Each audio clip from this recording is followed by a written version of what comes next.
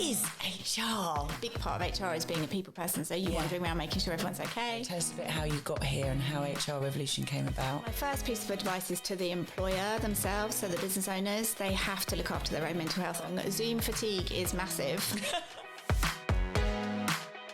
Hi, I'm Nicole and welcome to the Big Chat. And today I'm very excited to be chatting to Wendy Read from HR Revolution about all things HR.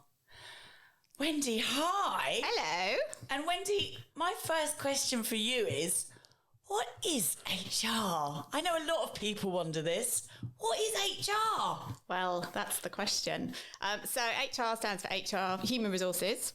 And basically it's the work that goes on behind the scenes to keep your people happy, well looked after, and your company running smoothly. So you can get on with your business, basically. Amazing.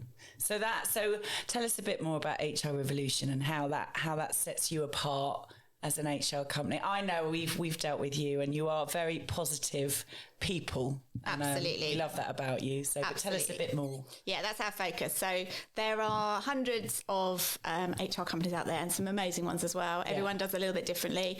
Our focus is more looking at the people element and keeping people loving what they do, basically. So to do that, it's about looking at what they do in the business, making sure the business looks after them, making sure they understand how accountable they need to be in the business, but being positive throughout so that they literally love what they do and enjoy every minute of being at work. Goodness me, that just makes me just want to, where do I sign up? Fantastic. That is the thing at the moment. I imagine you've been very busy the last few months. Yes. How have you found things at HR Revolution with everything that's been going on? So it's been manic, but it's been a learning phase for us all, actually. So the starting kind of tsunami of panic from everybody when everything hit and no one really knew what was happening, trying to look at how businesses are working with their people, trying to calm everybody down. Obviously, our responsibility is with the employers and the business owners. So they're worried about the business and the money coming in and what happens when there's no customers and they've got to close. But also then the well-being of those that are working because they're working hard, or being furloughed, which means they aren't working, which means their mental health suffers in other ways. So it's kind of been a bit of a mix, really. We've got a really good mix of kind of clients we work with across different industry sectors, which means we've got some that are doing extremely well and have actually pivoted and kind of made their business more beneficial in this climate, and we've got others that have had to hibernate and are kind of waiting for furlough to end to see kind of what that looks like for them. And when you say tsunami, I imagine when we, in March, many moons and months ago, like 8 months ago now, isn't it? It seems crazy that it was 8 months ago. It must have been like a tsunami for you guys. It literally must have been panic stations, because I know what we were like here, and I can only imagine with your line of work that was, with the phones just off the hook, was it just everyone wanting a piece of HR action, probably? Absolutely. And I think the hard thing for us is obviously we had to balance, I definitely as the employer in my business had to balance my team, but also it's then having the answers, which, as we all know, the news tells us one thing and then we get something new every hour thereafter on social or on through official channels or not, but it's balancing what's real and what's not and trying to work that out so that actually when they're calling and wanting help, we can actually help them. So it was more calming them down to start with, to then put a plan in place so that they actually could breathe a bit and realise that there was light at the end of the tunnel. And what was the sort of support for that? Because we've talked so many different backgrounds and different industries, and with, like you say, with the changing guidelines, that must be hard to manage as a business. That must have been incredibly difficult for you as a business owner with your team who are giving advice to then be able to navigate that at the same time. How did you cope with that? Yeah, definitely. We do this for a living, so we're constantly looking at regulations, constantly looking at the kind of legislation that's coming in and out, but we just don't have quite as much in one go for everybody. So that was the difference. It was kind of trying to take a step back and actually getting what we needed from the right sources to make sure it's correct, and then feeding that through, but also getting getting everybody to understand that actually what we were giving them wasn't necessarily the exact answer, and to bear with us. So I think our clients know us really well, so they know we're there to help them. But we also offered free help to anybody that was in dire need, and they're the people that didn't know us, so kind of had to bear with us, and kind of we had to learn the ropes for their businesses quite quickly. And I've known you a long time personally. Obviously, not that long, but you're a very calm character, I would say, Wendy, which is, what you would like out of certainly someone that's looking after, as you said, the positive side of business and keeping that calm, surface going. Tell us about how you sort of got into this. Is this always, what's your background? I mean, I know bits and bobs, but for our audience that's listening today, tell us a bit how you got here and how HR Revolution came about. That's quite a long story. The short version is I didn't really know what I wanted to do when I left school. So wasn't the greatest academic, loved being at school, loved the fun of it all, but wasn't necessarily the best at the exams and stuff. So went into doing a management training course, which back then in the day was all the trend, and ended up in HR as one of the fields that was there. I had 3 months in there as a bit of a trial run, absolutely loved it. And I did it at Harrods. So I worked for Harrods for... Did you? And started there. So ended up working within the HR team and the recruitment team, and there was lots of issues there with the retail industry generally is just quite high churn because it's kind of summer season and kind of travellers that come and work a lot of the time. So lots of things to get involved with, got thrown in at the deep end, really loved it, and then basically decided that I wanted to get into the industry and kind of try and do it a little bit differently. I think the only problem working for a bigger company is there's lots of red tape and you have to do it the way they want to, obviously, which is absolutely fine. But I was a bit of a maverick and kind of wanted to put my own spin on it. So left there, went into recruitment for a little while, thinking I could kind of change that market. Wasn't to be changed. It's very stuck in its ways. So, and wasn't as people focused as I wanted it to be where I was. So I then decided to set up an HR company, which I did with a business called ITRM, first of all, which was a tech HR business. And then the tech HR hybrid didn't really work. So after 10 years, it kind of it worked, but it then ran out of steam because the tech mix wasn't working. So I then took the HR piece and set up HR Revolution. So with that, we were able to then really look at actually what do people really want and what had worked previously, what hadn't worked, and be able to spin it and focus it just on getting people to really love what they do. And businesses that you look after, is it all different industries and sectors? I mean, obviously you mentioned they're retail. Do you still have retail clients and tech clients? You mentioned, what's the sort of spread of business, or is it really varied? So we've got a real mix. We don't ever say that we're a niche in any particular industry. I would say we've probably got more tech clients than anything else, but that's because my background's in tech, so they've kind of followed me into the industry, or into the business. But no, we've got a real mix. So we've got education, we've got retail, we've got finance, we've got leasing, we've got creatives, you name it. Basically, we'll have somebody from that industry, and predominantly kind of startups to kind of SME growth businesses. But we do work with some corporates. With those, we just work alongside their HR team to kind of manage set projects, or sometimes just do their admin, whichever they need. So completely flexible service, but just means we can do what they need rather than what we think we have to do. Absolutely. And you said that some companies at the moment, like you mentioned, are flying. Yeah. Literally, so, as with all situations, some are having a good experience, some are maybe not having such a good experience, but how are you finding that? What are the companies at the moment, or what are the industries that you're finding are flying at the moment? I think tech companies are doing really well at the minute, just because of the nature of what they do. They can all work remotely, everything's tech focused, and actually tech's become more of a need with the current situation. But there's a lot of companies that have pivoted. So we've got a couple of recruitment companies that have moved into tech, and they've kind of designed technology that they're rolling out as different software platforms.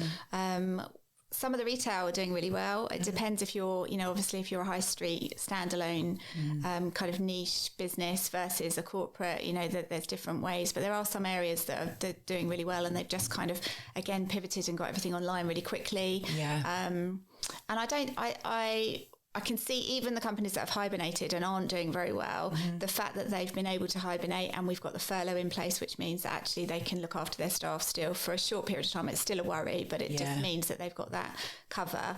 It does mean that they're still actually thinking about what they're doing when they're coming out of this. So it's not just a panic, hide your head under the duvet and don't come out until this is all clear. They're now looking at, okay, fine, well, what happens next? What do we do? And we're able to be quite clear with the teams then, which then makes wellbeing a little bit easier to manage. Because I imagine messaging and how people are communicating with that, well, even more when you're working remotely. I mean, obviously, the bigger the organisation, the more people potentially are working remotely.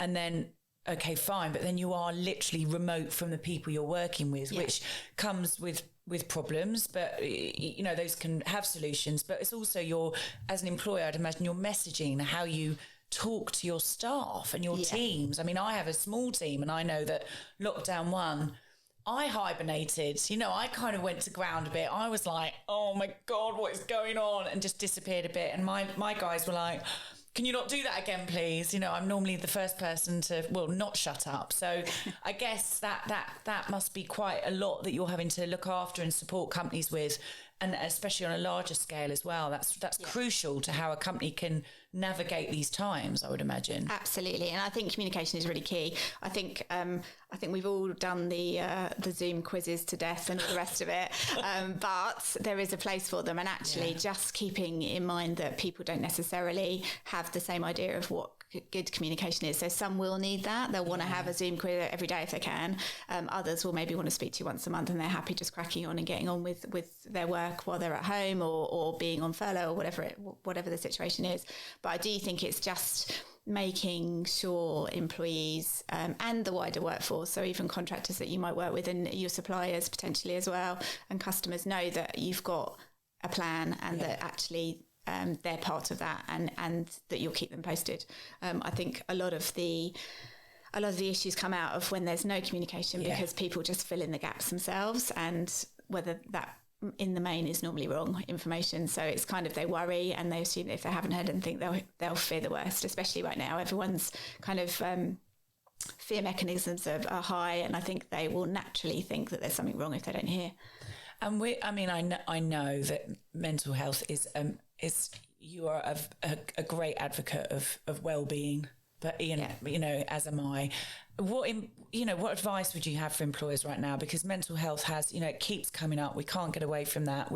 Some of us have been more aware of mental health issues for a long time, but it's certainly now it's there for everyone. Unfortunately, a lot of people are experiencing much more severe levels of mental health. So what advice would you give for employers? I would say my first piece of advice is to the employer themselves, so the business owners. They have to look after their own mental health. And I talk from very good experience myself, where you just dive in and want to support everybody else and then forget that you're working ridiculous hours or you're not sleeping because you're worrying. You will have a lot more on your plate than your employees will, from a point of view that you've got to balance the fact that, you're supporting them, their families, and everything else that's connected to that. So firstly, it's make sure you're looking after yourself. And then it's looking after the employees and making sure that you're connecting with them, you're communicating with them. Even if it's bad news, you're letting them know what it is. People really just prefer to be told and forewarned, and be as transparent as possible, which I know always isn't necessarily possible, but if you can, and just keep the standard, eat well, try and sleep. If you can't sleep, even if your team is still working, if you've got those that are struggling, then giving them that bit of leeway where they can take naps during the day if they need to, and it's okay. If that then means they come out of that and they're working a little bit later or they're moving their days around, that's absolutely fine. But I think also remembering that everybody has their own challenges. And I think everyone in this current pandemic is having some sort of a challenge, whether it's the fact that they're on their own or they've got kids at home or they've got parents that aren't well or family generally that aren't well, money troubles, literally we've got it all as human beings right now. So I think it's kind of just remembering that actually, even though you may be struggling, the person you're speaking to will definitely have a challenge of some description, and just to bear that in mind. I think as well, something that must be really hard for people at the moment, and I know I'm not great with giving people bad news. I mean, who is? I think if you've got, it's tough, isn't it? And at the moment, people are having to give people bad news, and so and unemployment, making people redundant. That's a tough one, and that is an HR issue, isn't it? You must have been dealing with a lot of that, because obviously with the current, I mean, the furlough scheme as it started, but now this, how have you found this sort of lockdown too, and the extension of furlough? Because I know there was a change, wasn't there? Because you and I were even talking, and then it suddenly went to... Talk to us a bit more about that. Yeah, so the changes are, well, the change now is obviously much better because they've extended furlough through to March, which is great. Yeah. What that did mean is that it does make people really think about, do they need the team they've got? Are they able to fund them? You know, it's not necessarily even do they need them, because obviously if you're going to get the business back up and running, then yes, you do. But if you haven't got the money to pay them, then that's not possible. So it's kind of, it's tearing at the heartstrings of many employers, I know. But it does also mean that now with the new furlough, because that's been extended, it's kind of put people's minds at rest a little bit. And I did find, or we as a team found, that initially when the second lockdown came in, we had a kind of mini panic again where people just weren't really sure what was going to happen. And they worried about the fact that, especially if their core kind of revenue generating months were running up to Christmas, that they're not going to be available, then they were in panic mode, because it was just like, well, by January we need to have cleared this off, which means they need to start doing redundancy programs now. With the furlough now, it has meant that they can take a bit of a breath. Yeah. It doesn't mean that it's resolved, because obviously nobody knows what's going to happen, but it's all looking a little bit more positive. So hopefully by the time we come to the other side of Christmas, we'll have a better idea. But it's just about balancing. I suppose the one good thing to take out of it, if we are looking, you know me, I always try to look positive. The one positive thing at giving bad news at the moment is people expect it. Yeah. And actually they don't blame you. Yeah. They know it's not you, it's the situation. So it does make that starting conversation a little bit easier. It's still never nice, because that, you know, people are still going to get upset, and you still have to deal with, you know, they're going to worry about how they're going to pay their bills, or, you know, whatever it might be. But they will understand. So whereas what may have happened before is that people just really didn't understand why and the reason, what, you know, behind things. Now they kind of get it. So it's almost not an unwritten discussion. Yeah, I think you're right. I guess more people there is a deeper understanding of how it goes on in businesses and everything than there was before. It was a bit more separate before, wasn't it? I mean, with the positive side, like you say, it's good to keep things positive. There's always positivity and everything. You know, valuing your team. What can we do to value our teams more, and how do you help with that as well? Because obviously as well, you know, that messaging, that key messaging, but also staff that may be worrying about redundancy or just worrying, you know, what are things that we can do as employing businesses, or thinking about new situations where we can really value our teams and our staff members? Yeah, I think it's really key and really important. And I do think that coming out of this, employers that have really looked after their people will come out a lot stronger. Yeah. There'll be a lot more retention. People will stay within jobs where they've been looked after well. Yeah. So it's definitely worth doing.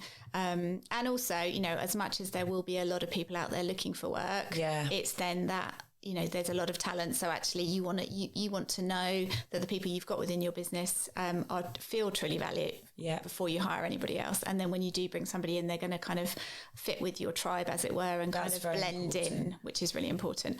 But I think the value aspect, we get a lot of people asking now if they should be rewarding more, if they they're being asked if they should be giving more money, you know, bonuses and all the rest of it. And obviously if they're struggling, they used to give a bonus, and right now they haven't got any revenue coming in. It's hard. I think people do understand at the moment that money, you know, as long as they're getting a salary, so in some cases that's, you know, if they know the business is struggling, if the business is doing amazingly well, then obviously there's no reason why you shouldn't reward. Yeah, I think if you're doing really well and you're not giving anyone a bonus, that's a little bit mean. Absolutely. But I do think, in the main, it's kind of looking at what you can do, and there's loads of value adds that you can do which don't cost any money. Yes, you know, it's a bit of time, it's a bit of, I mean, you know, even one of our clients has made cakes for everyone and posted them, you know, and had them delivered. You know, obviously there's a bit of cost of posting, but other than that, it's, you know, they've sent, you know, there's loads of different things they can do. They've sent afternoon teas, packaged them up. They've gone around Sainsbury's and done their little shop for everybody, and then just put them in the post to them. And then they've all sat around and had an afternoon tea on a Friday. That's nice. But it doesn't have to be anything. It can just be everybody get a drink of your choice, and let's get a, you know, cup of tea, G&T, whatever it might be. Yeah. Sit on the Zoom call, have a chat. Just don't talk about work. and just kind of get them to understand they can talk about their feelings, if they're open to it. And obviously if you've got on a team Zoom, you don't necessarily want to sit and gush, but at least if you do feel like you want to kind of raise something, you probably get a lot of response and a lot of support. And mentioning Zoom there, I mean, how's that changing sort of the world of HR, with obviously people working remotely more? And I imagine some of your team are working remotely, as are mine, especially at the moment. But how's that sort of changed? Has that changed the feel of the business? What's I think it has actually, and I think quite positively. I mean, do not get me wrong, Zoom fatigue is massive, and I don't know about you, but I sit on a Zoom calls all day, and then I turn the TV on in the after in the evening. I start talking to the TV. I'm like, I think I'm having a Zoom chat. Well, and if you're not in a Zoom chat, they're Zooming. So it's just like, it's everywhere. It's just like you can't actually get away from it. But I do think it's what has really helped is the emergency calls that we used to get, where we'd have to really try and either shuffle our day around or be able to get to London or get across Tunbridge Wells or wherever it might be. We can do on Zoom, and you can be there in 5 minutes. So those calls have been really good. I also like the fact now that it's a lot more positive with how people look, because before no one would go on a Zoom call unless they had full face of makeup, for the women or the men actually, for anyone, but done their hair, looked all right, whereas now it's kind of a given that it almost doesn't matter. As long as you're well and you're okay and you can jump on a Zoom call, that's fine. There is a facility on Zoom that you can do a face thing, can you? It does your face. Someone showed me the other day. I was like, thanks, I obviously look like I need it. But literally, I couldn't believe it. It was like a kind of face. So they've done that. It's like a filter. It's like a filter. Oh, how funny. On Zoom, which I found very amusing. Clearly, I don't use it. But, but I mean, honestly, it's like, but you're right, because because actually that can be quite scary for some people to be suddenly out there face to face. And I had a friend say to me the other day that he was like, I didn't know what to do. I didn't know when to talk. And I didn't know, because he'd just not really used Zoom before. Whereas some of us have used Zoom, I think, for a long time. But now everyone knows about Zoom. But also with businesses, are you finding, because people are working remotely, how is that changing up things for you from an HR point of view when you're working with companies and they're having to sort of manage their staff remotely? Has that brought up different issues? Yes.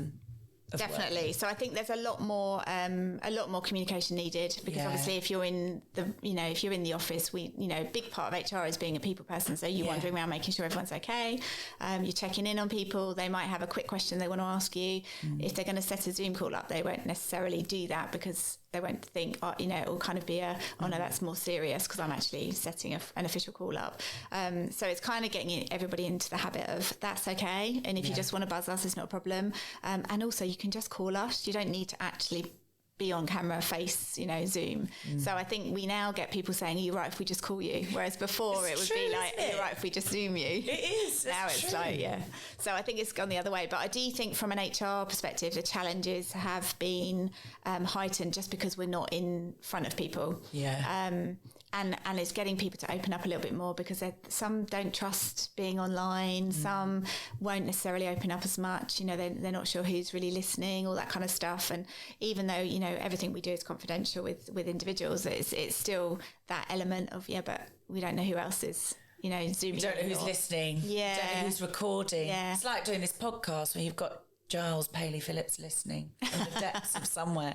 But I mean, with people at the moment where they might be a little bit worried about the future, and, it is uncertain, with that comes opportunity, but people that are a bit worried, is it a good time to get your CV in order, do you think? You said you've got a background in recruitment. You're obviously a very skilled lady. But, is it a good time to be doing that anyway, if you have got a bit of time? Yeah, I mean, if you've got time, absolutely. The biggest thing for me right now is really think about what you want to do. And I know, if you need to pay the bills, you can't necessarily wait for the actual perfect job. You might just want to take the first thing that comes along. But if you've got that time and you really do have that time to think about, actually, what do I enjoy? What don't I enjoy? What is it that I loved about a particular role that I did? If there's things that, right now, working from home is a big part of what we do. And I think in the future that will remain. I know a lot of people are already asking, we've been doing it for so long now, why can't this be part of our role? There are others that are just like, we've been doing it for so long, we actually want to get back into the office. There's a lot like that. So it's a bit of a mix, but I do think it's kind of, if you want a working from home role and actually that really fits your family life and your, how you are, then go and look for a job that actually entails that. There's it gives you that bit of time to really think about what you can do. I think the positive thing about all of this, if we get a positive out of it, I know it's a really negative situation, but is that new things will come from this. We're already seeing new companies coming out of the woodwork, different ways of being. People are generally a lot kinder, I find. I think so. And people are being valued. I feel people are valuing people. Yeah. I think that's really a good thing to come out of it, actually. Absolutely. And community, definitely. Yeah. And I think people are a little bit more, they're a bit stronger on kind of their morals and their values and what they want from their working life, really. So I do think there'll be some really good stuff that comes out of it. Obviously, there'll be lots of struggles in between to try and find work, but I do think there is work out there. It's just knowing where to go. So it's kind of getting online and just, asking everybody. I would, just speak to everybody, don't feel... Yeah, I mean, with redundancies, is that what you'd say? Just literally, because there are going to be redundancies out there and it's, I know people that, when you've been around as long as I've been, then a few people that have been made redundant. Yeah. For a lot of younger people as well, it's a very daunting aspect that they've been made redundant, something. What would your advice be to them? Just to literally just talk to as many people as you can and embrace it as best you can, I guess. Yeah, talk to people I think you hear, you'll see if you watch the news or whatever, you'll hear these people that will say, I've been applying to jobs, but there was 300 people that applied for one role and it wasn't even a job I really wanted, I just needed a job. That will still happen, absolutely. But I would talk to everybody get the feelers out there. Social's so good these days that you can get onto social media and speak, whether it's on Facebook, whether it's, be careful about what you're saying, but obviously, and be as positive about what you're looking for. Please don't, badmouth your ex-employer or any of that, because it doesn't necessarily look positive for you. Just don't badmouth anyone. No, absolutely. Absolutely. Don't do it if you can help it. No. But I think, just speak to everybody It's there's so many jobs that people get because they've just spoken to somebody who said, I know somebody that's looking for, or actually I've got the perfect thing for you. And you just have to keep going. And I know it's a struggle sometimes, but if you keep at it, it's a bit of a game of numbers, unfortunately. It's kind of just speaking to as many people as you can, contacting as many companies as you can. And don't necessarily just go through the job sites. If you find the name of a company that's hiring, go directly to them.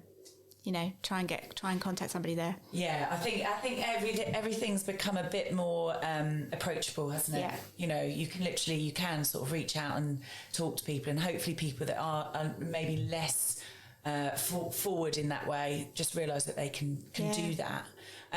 So, HR, what's been your highlight in your career in HR? I'd love to know. Blimey. There must be something shiny that you think of, and you think, that's what keeps me going and smiling every day. No, but has there been, and there's been highs, I'm sure, as there have been with anything, and I'm sure we're going to get those times again. There's been loads of highs. Do you know what? The biggest thing for me is actually coming out of a meeting or seeing somebody or just having someone say, do you know what, thanks ever so much for your input, that really helped. That's what, for us, it's about those individuals feeling like what we've done has really helped them get through a situation, and we have it a lot, even people that we're making redundant. In fact, some people that we're dismissing or terminating for whatever reason, it's a way of doing that in a positive manner so that they can exit quickly. Because clearly the role that they're in, if they're being dismissed, isn't right for them. Absolutely. So it's about moving them on and seeing if we can find something else for them, and helping, putting them in the right direction. And in the same vein with employers, it's kind of helping them navigate the people factors that do stress them out, because it's emotional and it's your baby. So you're going to be emotional about your business. But it's about really thinking about how we can kind of nip things in the bud that then don't become issues, but also we can take the positives and really work with the skill and the talent they've got in-house and get the best out of them, so that they almost don't need to manage them. They're super accountable and they just crack on and get on with it. I do think you are, obviously, as I've said, very calm, but you do have a way of just making someone feel very safe, which I like. I'm all about safety, as anyone that knows me well knows. but do you know what I mean? It literally, I think. But what would you say with HR Revolution? Obviously, like you say, there's lots of great companies out there, and everyone has to find their own fit with companies, as we know. But what would you say would be the thing that really you feel that your company represents for you, and the thing that you love about it the most? So when we're talking to an audience about why to get in touch with you and talk to you. I think we represent really positive cultures in business, and that doesn't mean that we're kind of happy, clappy, fuzzy HR, lovely, we love everyone and nothing ever goes wrong. But it does mean that we're really commercially minded, and we kind of look at what companies need, but also we're quite straight talking. So we will, if something's not right, we'll tell somebody. If we need to get things moving in a different direction, we'll do that. But it's about how you do that, and the communication that you have around that, so that people understand it and they get that it's a business and that's what they need to do. And if the career they want is with that business, and that's what their expectations are within the role. And then once they're in that and they love it and they get, everyone's on the same path, it just makes life so much easier. So we are very excited as well to be able to sort of have you as one of the big chat members of our club. What sort of things are you looking for to when you talk to other businesses, next year, when hopefully we're all allowed to mix again and talk to each other properly and meet up? But you're locally, you do a lot of business locally, but you do a lot nationally as well, don't you, Wendy? It's not just locally that you do. So really, what are you looking for? Yeah, I mean, there's definitely a love of just hearing people talk about their businesses that they love, and not kind of the elevator pitch or the coming in, and not that, just about why they love it and what they've why they've set it up. And actually the bit I love most is talking to kind of the entrepreneurial business owners that have set it up, because they've just got their spin. Everyone's got a story, and that's the bit I love. And then if we can help, great. If we can't, then that we're not for everybody, but also there's so many HR professionals out there, and there's some really good guys, and we collaborate with a lot of them. I'm all about collaboration across the sector, but I also think everybody's got a really good talent that they can bring, whatever that is. If that fits with what you need right there and then fantastic. So I love seeing businesses grow, but I also love seeing local businesses grow, because London's great, but London's London, and it's always going to be busy, and it's always going to have the commercial aspect and drive up there. I think there's a lot more, Tunbridge Wells especially, but South East is becoming more of a kind of a little London, I guess, where we're actually getting companies coming out of London. Everyone wants to come down here now. They want to get a piece of our bubble, don't they?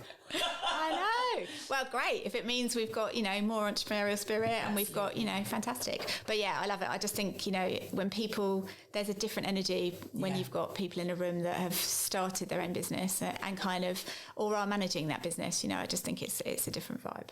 And like you say, you can just learn so much from talking to people. And, as I know, you and I have had conversations, and you can just literally have a conversation for 2 hours, and the last 10 minutes, you just pick up some absolute gold. Absolutely. You just, it's just great. And collaboration, as we've both talked about before, is so important. Yes. So Christmas. Oh my goodness. What's happening at Christmas? Are you going to be doing a Zoom quiz with HR Revolution?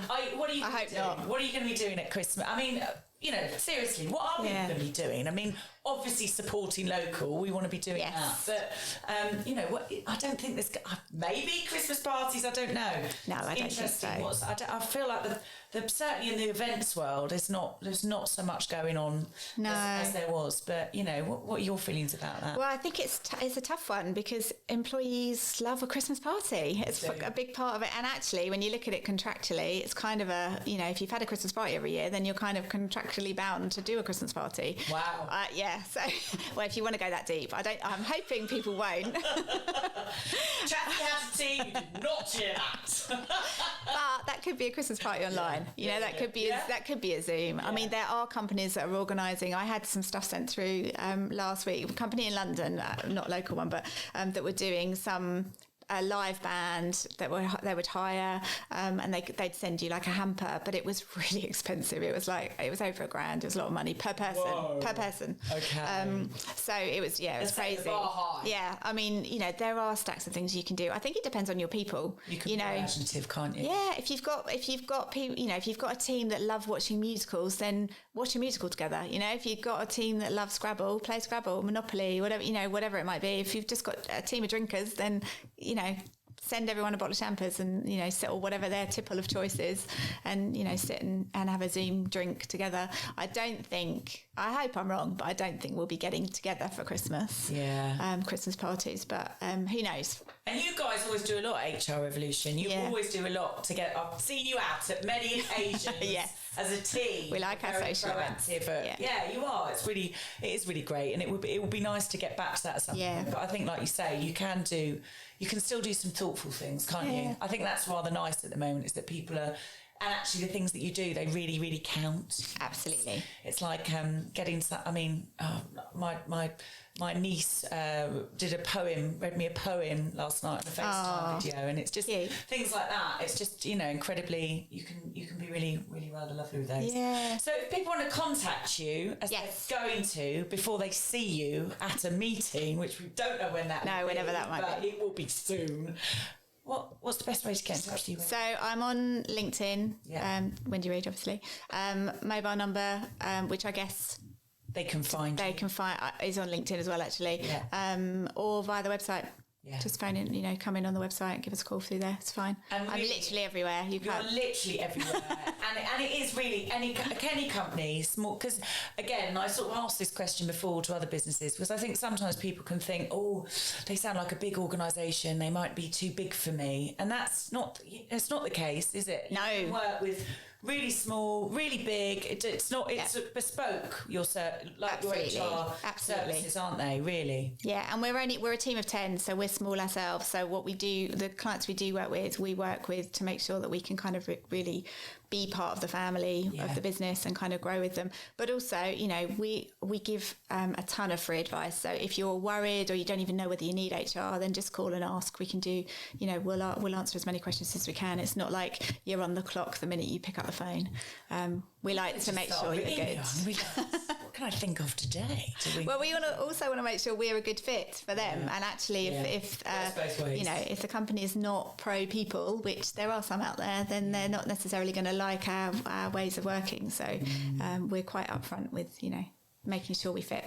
Any of those last few minute nuggets of gold you can give us, Wendy? Just my nuggets of gold are just, put yourself in people's shoes. For employees and employers, because I do think I think employees even forget that the employers have got quite a tough time at the moment, whether they show it or not, but also employers with employees. But I do think, it's put yourself in each other's shoes, and let's just be a bit kinder to each other. I love that. Da-dum. I'm all over that. Well, thank you so much for joining us, and we are very excited to have you in our Big Chat Members Club, because you will be talking to you about everything to do with HR. Now we know what that is, just for those who maybe didn't know. But thank you for joining us today for the Big Chat, and we can't wait to speak to you again soon. Pleasure. Thanks for having me. Thank you.